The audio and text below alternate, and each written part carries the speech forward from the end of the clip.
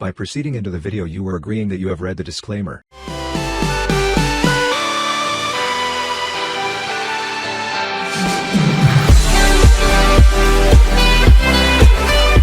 तो hello and welcome students to Manu का ज्ञान। आज हम लोग पढ़ने वाले हैं क्लास 6 हिंदी का चैप्टर नंबर 14 लोकगीत। और इस चैप्टर को हम लोग सारांश मतलब कि शॉर्ट के अंदर समझने वाले हैं। शास्त्रीय संगीत से अलग लोकगीत सीधे आम जनता का संगीत है। मतलब शास्त्रीय जो संगीत होते हैं ये प्रॉपर एक प्रोफेशनली म्यूज़िक लिखा जाता है, लेकिन जो हमारा लोकगीत होता है ये आम जनता का बनाया हुआ ही गीत होता है। इसको किसी भी बड़े बड़े सिंगर ने नहीं बनाया होता, जो बिना किसी साधना के मतलब लोकगीत बिना किसी साधना के त्योहारों और विशेष अवसरों पर गाए जाते हैं। मतलब इनके लिए कोई एक स्पेशल ओकेजन नहीं चाहिए। जैसे दिवाली पर कोई एक स्पेशल मंत्र या फिर कोई एक स्पेशल हम लोग पूजा पाठ कराते हैं तो उसके अंदर शास्त्रीय संगीत का कोई कार्यक्रम हो गया, या फिर शादियों के अंदर। तो लोकगीत के लिए इन सब चीज़ों की ज़रूरत नहीं है। लोकगीतों को आप कभी भी गा सकते हैं, दिवाली होली कुछ इन सब की रिक्वायरमेंट नहीं है, कभी भी गा लो इनको। इनकी रचना ग्रामीण जनों ने ही की है। जो गांव के अंदर लोग रहते हैं उन्हीं ने इन गानों को बनाया है, लोकगीतों को बनाया है। ये ढोलक, मंजीरा, करताल आदि ग्रामीण जो वाद्य यंत्र होते हैं उनकी मदद से गाए जाते हैं। कुछ दिन पहले तक लोकगीत शास्त्रीय संगीत के सामने अच्छा नहीं माना जाता था या फिर उसको नीचा दिखाया जाता था, और साथ ही उसकी उपेक्षा भी की जाती थी। मतलब अपेक्षा का मतलब ये होता है कि इग्नोर करा जाता था, कोई सीरियसली नहीं लेता था। जैसे आपकी क्लास में एक बच्चा ऐसा होगा जो बहुत शैतान होता होगा, तो उसको कोई ज़्यादा ध्यान नहीं देता होगा टीचर उसके ऊपर। तो यहाँ पर भी यही होता है कि इनके ऊपर कोई ज़्यादा ध्यान नहीं देता था लोकगीतों के ऊपर। इन्हें ऐसा ही समझते थे कि अरे ये इतने अच्छे नहीं है। परंतु साहित्य और काल के क्षेत्र में परिवर्तन आने के बाद से लोक साहित्य और लोकगीतों के संग्रह पर लोगों का ध्यान गया। धीरे धीरे करके लोगों का इन लोकगीतों के ऊपर ध्यान गया। लोकगीत कई प्रकार के हैं।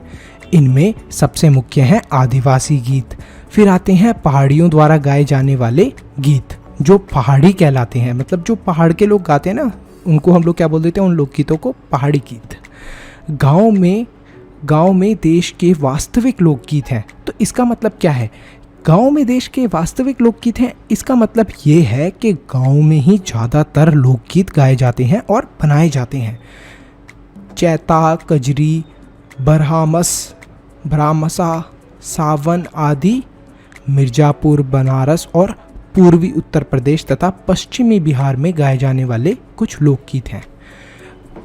बाउल और बतियाली बंगाल के लोकगीत हैं। तो महिया जो है वो पंजाब का लोकगीत है। लोक गीतों का विषय रोज़मर्रा के जीवन से जुड़ा हुआ होता है। मतलब जो हम रोज़ चीज़ें करते हैं, डेली एक्टिविटी करते हैं, उनसे ही जुड़ा हुआ होता है। इसलिए वो सीधे हमारे दिल को और हमारे मन को छूते हैं। ग्रामीण बोलियों में गाए जाने वाले ये गीत बड़े आनंददायक होते हैं। बड़ा अच्छा लगता है इन्हें सुन के, आसानी से समझ में आ जाते हैं। सबसे पहली चीज़ तो क्योंकि इनके अंदर भाषा ऐसी यूज़ करी होती है जो बहुत सिंपल होती है, साथ में आकर्षक राग भी होते हैं इनके। इसी वजह से ये जो लोकगीत हैं वो इतने ज़्यादा लोकप्रिय हैं, और इनकी लोकप्रियता का कारण यही है। करीब 30-40 वर्षों से भोजपुरी में बिदसिया नाम का एक प्रचलित गीत है, जिसके अंदर क्या होता है कि जो देश प्रेमी होते हैं या तो उनके ऊपर ये गीत होते हैं या फिर प्रेमी प्रेमिकाओं के ऊपर होते हैं। जंगल की जातियों में भी दल गीत होते हैं। अधिकतर बिरहा आदि में गाए जाते हैं ये गीत। बुंदेलखंड में गाए जाने वाले आला के गाने बड़े लोकप्रिय हैं। इनका आरंभ चंदेल राजकवि जगनिक से माना जाता है, जिसने अला उदल की वीरता का अपने महाकाव्यों में बखान किया है। परंतु बाद में अन्य देहाती कवियों ने भी इससे अपने गीतों में उतार लिया। हमारे देश में ज़्यादातर स्त्रियों द्वारा ही लोकगीत गाए जाते हैं।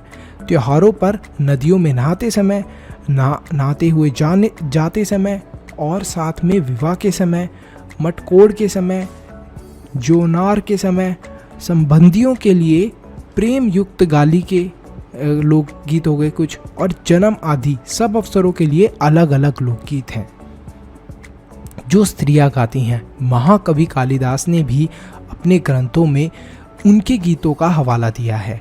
सोहर, बानी, सहरा ऐसे ही कुछ गीत हैं 12 मासे पुरुषों के साथ गाए जाते हैं। तो ऐसा महाकवि कालिदास ने भी अपने जो ग्रंथ थे उनके अंदर लिखा हुआ था। स्त्रियां अपने गीत दल बांधकर गाती हैं। पूरब की बोली में अधिकतर विद्यापति के जो गीत हैं वो गाए जाते हैं, पर अलग अलग क्षेत्रों में अपने अपने विद्यापति के गीत हैं। गुजरात का एक प्रकार का दलीय गायन जिसे हम लोग बोलते हैं गरबा, अब वो दूसरे प्रांतों में भी मतलब दूसरी जगहों में भी बहुत ज़्यादा लोकप्रिय, मतलब लोग इसे बहुत ज़्यादा पसंद कर रहे हैं। इस प्रकार होली में ब्रिज में रसिया चलता है, तो होली में जो ब्रिज जो है, ब्रिज के अंदर गाना गाया जाता है जो रसिया वाला, तो वो भी अब चलता है और अब धीरे धीरे करके वो भी लोकप्रिय होता जा रहा है। लोकगीत गाँव के एक तरीके से बहुत इम्पोर्टेंट पार्ट हैं और उनके जीवन के प्रतीक हैं। लोगों के बारे में पता चलता है हमें लोकगीतों से। तो यहीं पर हमारा जो ये पार्ट है ये ख़त्म होता है। तो अगर आपने इस वीडियो को यहाँ तक देख लिया है तो फटाफट लाइक करो, चैनल को सब्सक्राइब करो और कमेंट करो अपना बेस्ट पार्ट। इसी के साथ साथ वीडियो को शेयर करना मत भूलना।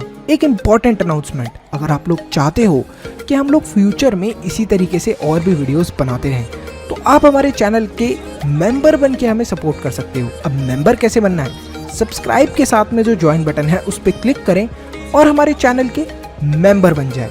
तो आप हमें सपोर्ट कर रहे हैं डायरेक्टली कि हम आगे फ्यूचर में ऐसे ही वीडियोस लाते रहें। तो thank you so much for watching this video. Stay happy, stay healthy, मनुष्य ज्ञान लेते रहो। Bye bye till then, see you in the next video.